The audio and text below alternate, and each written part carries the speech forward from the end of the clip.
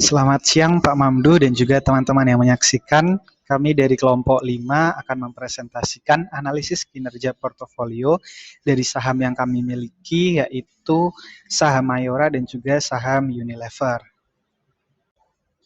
Nah, kami dari kelompok 5 beranggotakan yang pertama Ratis, yang kedua Arya, yang ketiga Wigar, yang keempat saya sendiri yaitu Milzam, yang kelima ada Nadifa, yang keenam ada Iksan, dan yang ketujuh ada Rangga.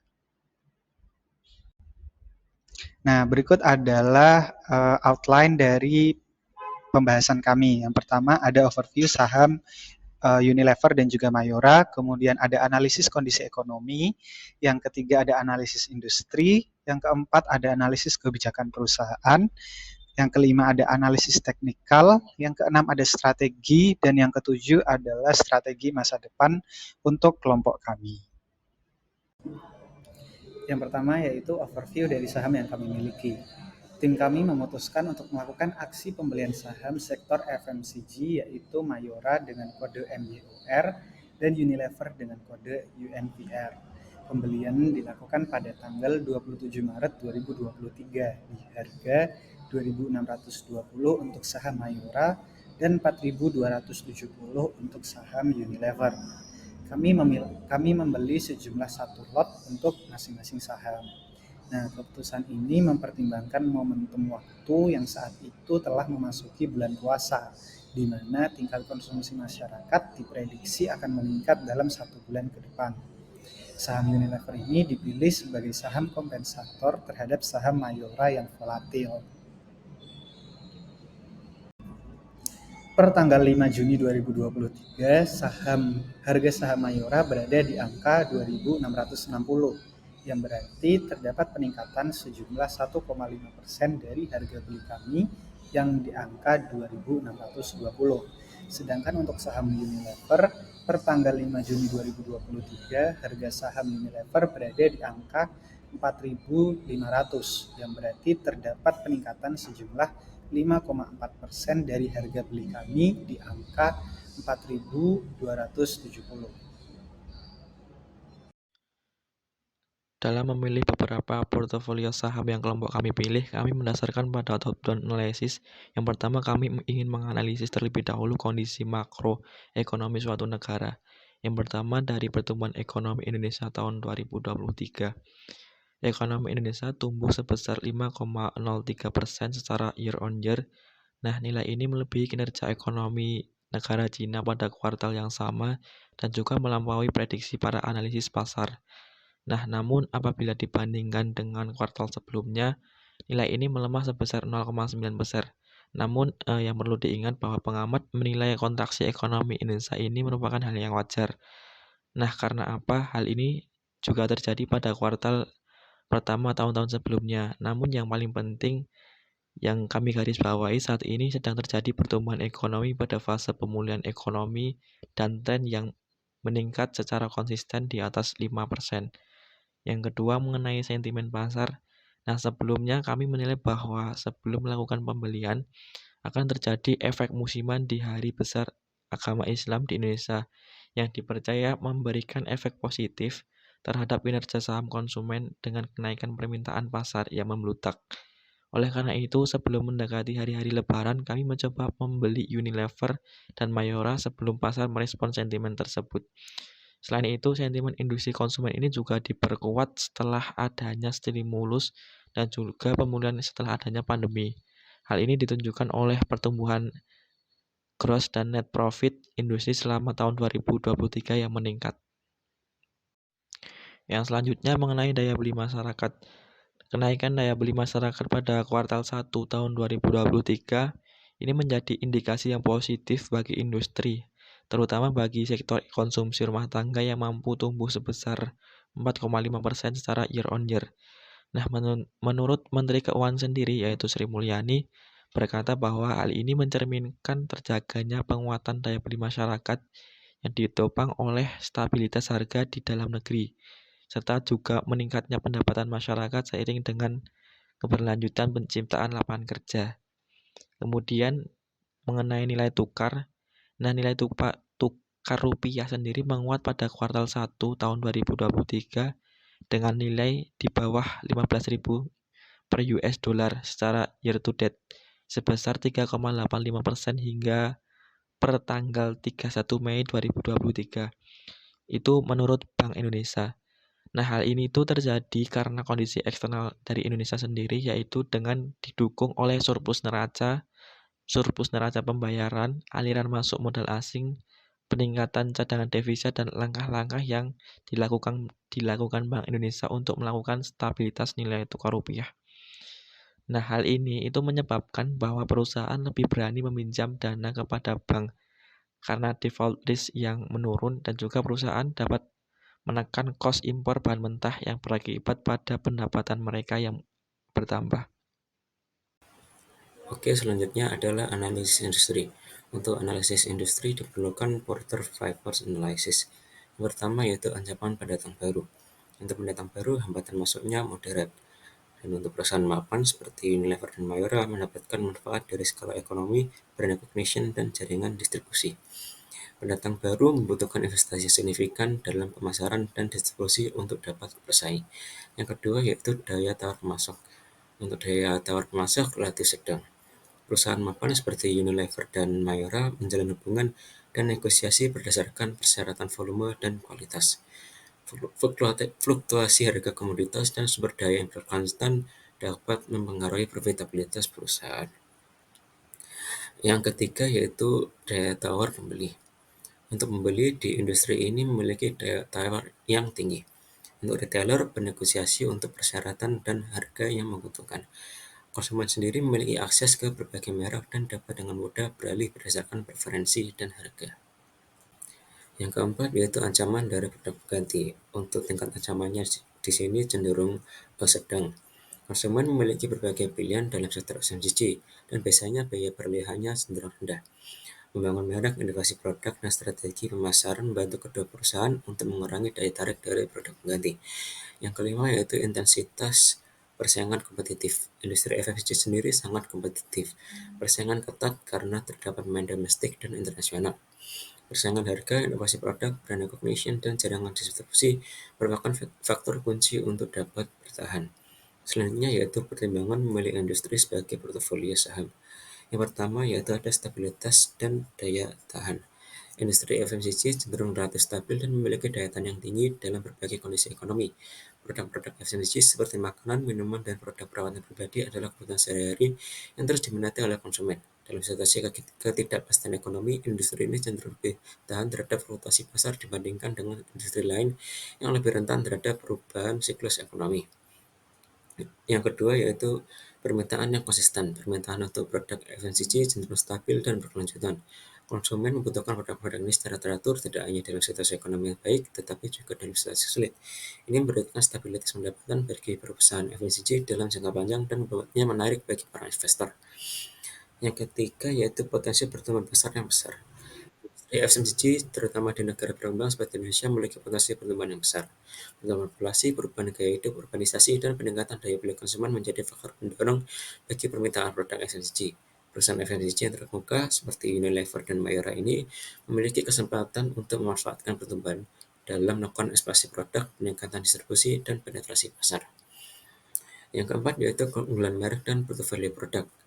Perusahaan FMCG seperti Unilever dan Mayora memiliki keunggulan dalam hal merek yang kuat dan portofolio produk yang beragam.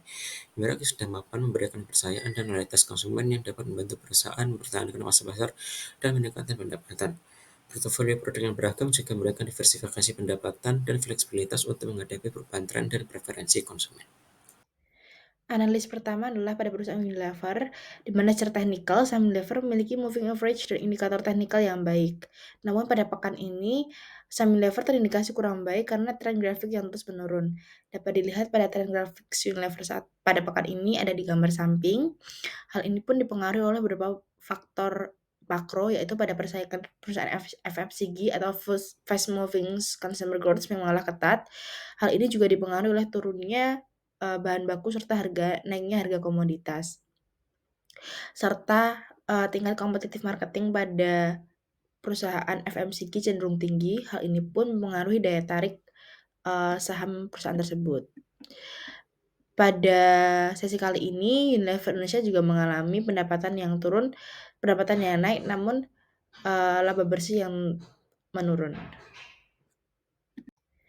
Analis pertama adalah pada perusahaan Unilever, di mana secara teknikal saham Unilever memiliki moving average dan indikator teknikal yang baik.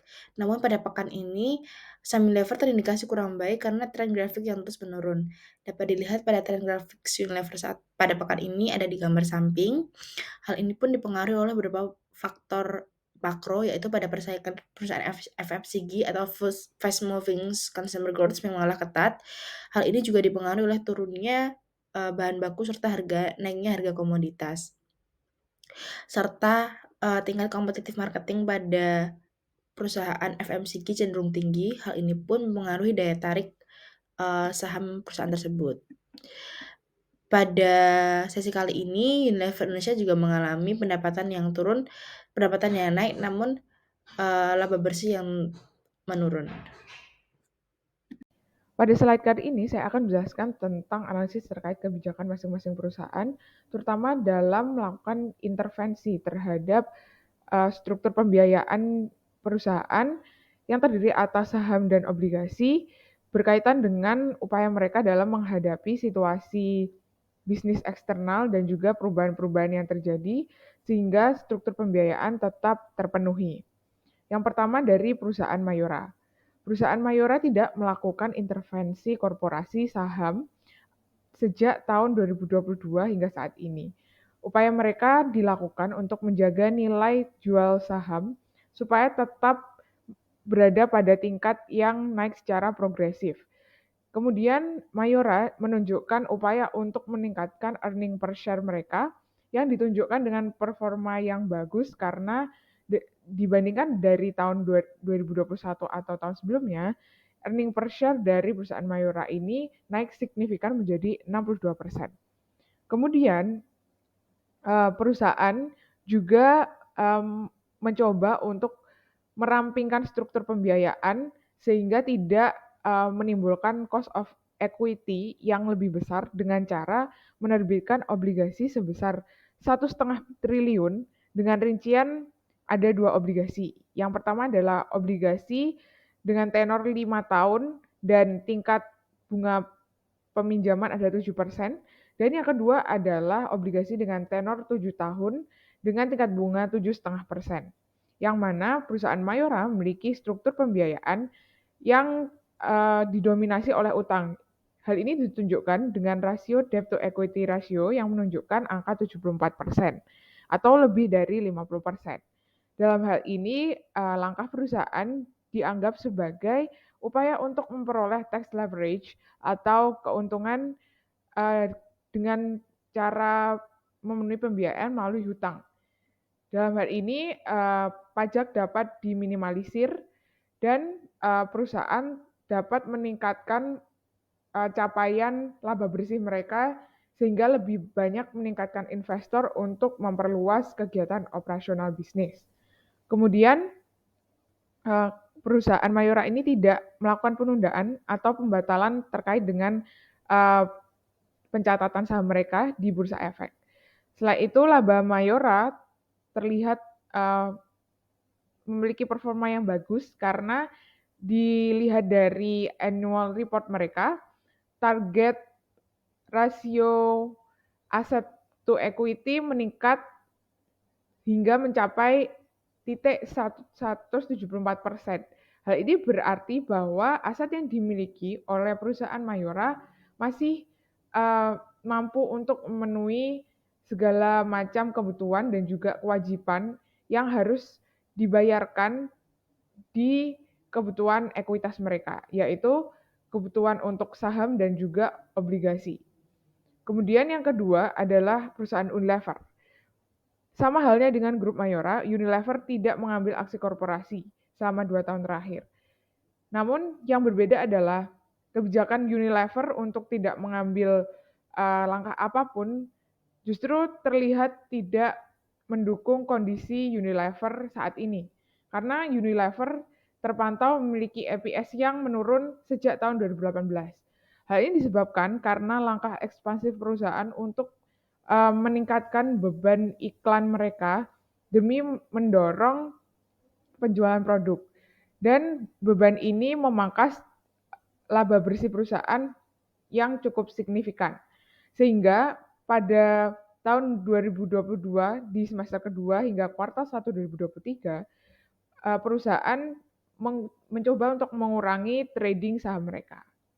Sekian paparan dari saya, akan dilanjutkan oleh teman saya. Sebagai investor, kami menggunakan strategi investasi pasif untuk mencapai hasil yang sebanding dengan kinerja pasar secara keseluruhan. Strategi ini cocok untuk kami karena kami melakukan investasi seiring dengan kegiatan perkuliahan yang memungkinkan kami untuk mengolah investasi dengan efektif tanpa mengorbankan fokus pada studi. Pendekatan pertama yang kami gunakan adalah kombinasi dari analisis teknikal dan fundamental. Kami melakukan analisis fundamental untuk menentukan nilai intrinsik suatu saham dan mengidentifikasi saham dengan prospek jangka panjang yang baik. Hal ini melibatkan penilaian terhadap kondisi keuangan perusahaan, kinerja operasional, dan faktor-faktor lain yang dapat mempengaruhi nilai saham di masa depan. Selain itu, kami juga melakukan analisis teknikal dengan mengamati pola dan tren harga dalam grafik saham. Ini membantu kami mengidentifikasi titik masuk dan keluar yang potensial, serta memahami sentimen pasar yang mungkin mempengaruhi pergerakan harga saham. Salah satu prinsip utama dalam strategi investasi pasif adalah diversifikasi. Kami menyumbangkan investasi dalam portofolio yang luas yang mencakup berbagai sektor dan kelas aset. Diversifikasi memungkinkan kami untuk meminimalkan dampak kerugian dari penurunan harga saham individu atau sektor yang kinerjanya buruk. Dengan memiliki berbagai jenis investasi, kami dapat mengurangi risiko secara keseluruhan. Selain itu, kami memiliki rencana dan batasan internal yang jelas. Kami menetapkan batas kerugian yang dapat ditanggung dan mempertimbangkan tingkat risiko saham serta berita terkait perusahaan. Kami juga memiliki rencana untuk melakukan penjualan atau pembelian saham jika diperlukan, berdasarkan evaluasi yang cermat terhadap situasi pasar dan perusahaan yang terkait. Dalam strategi investasi pasif, tujuan kami adalah mencapai hasil yang sebanding dengan kinerja pasar secara keseluruhan dengan cara yang efisien dan efektif. Kami percaya bahwa dengan menerapkan analisis teknikal dan fundamental, melakukan diversifikasi serta memiliki jalan dan batasan yang jelas, kami dapat mencapai tujuan investasi dengan keberhasilan yang konsisten. Baik, selanjutnya kita beralih ke strategi masa depan yang akan kami ambil terhadap dua saham dari dua perusahaan yang berbeda ini. Nah, apabila dilihat secara general bahwa kedua saham yang kami beli ini merupakan perusahaan pada sektor consumer, sehingga seperti yang kita ketahui bahwa kedua perusahaan ini mengalami penurunan pada masa pandemi lalu. Namun hingga saat ini kedua perusahaan masih terus mengembalikan performanya pada bursa saham. Nah, kita beralih ke perusahaan Unilever. Ada pula strategi kami untuk Unilever, yaitu untuk tetap mempertahankan sahamnya karena meskipun kenaikan harga komoditas mempengaruhi harga jual rata-rata atau ESP dan performa Unilever menurun, kami percaya bahwa dengan adanya produk-produk baru dari Unilever akan kembali pulih dan kembali pada performa terbaiknya. Namun meskipun adanya kekhawatiran terkait diskon akhir tahun di kuartal 4 2022, Unilever diprediksi akan tetap berkinerja positif di tahun 2023 ini hingga akhir tahun nanti. Nah, kemudian mengingat bahwa kami membeli Unilever dengan harga 4.270, kami percaya bahwa harga tersebut merupakan harga yang pas untuk kami pertahankan hingga akhir nanti. Kemudian Unilever juga telah menerapkan strategi premiumisasi pada merek perawatan pribadi dan makanan serta minuman sambil mengurangi merek perawatan dan rumah tangga. Dari berita tersebut kami percaya bahwasanya produk dari Unilever akan terus berkembang dan dapat mengurangi atau meminimalisasi adanya penurunan harga jual rata-rata dari Unilever. Selanjutnya untuk perusahaan Mayora, sama seperti Unilever, kami akan tetap mempertahankannya karena sejatinya sektor konsumen itu dikategorikan sebagai sektor yang defensif. Nah, walaupun daya beli masyarakat mengalami penurunan dan banyak sektor penurunan kerjasama dengan pandemi COVID-19, Mayora itu tetap berhasil mencatatkan laba bersih yang baik meskipun pendapatannya turun sekitar 8,1% menjadi 11,08 triliun secara tahunan. Perusahaan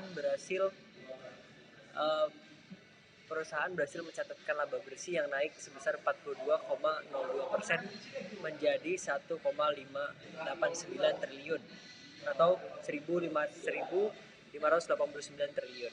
Nah, Mayora berhasil mencapai pertumbuhan laba yang signifikan itu berkat efisiensi dan sumber pendapatan lainnya. Proyeksi ke depannya perusahaan ini cukup positif dengan kerjasama dengan strategi pemasaran yang terus dievaluasi untuk memastikan keberlanjutan kinerja perusahaan Mayora ini. Nah, dalam kondisi saat ini, kami sebagai investor itu cenderung memilih perusahaan konsumen yang lebih defensif. Nah, Mayora ini memiliki kemampuan untuk melindungi diri dari risiko pergerakan mata uang dan memiliki pangsa pasar yang kuat.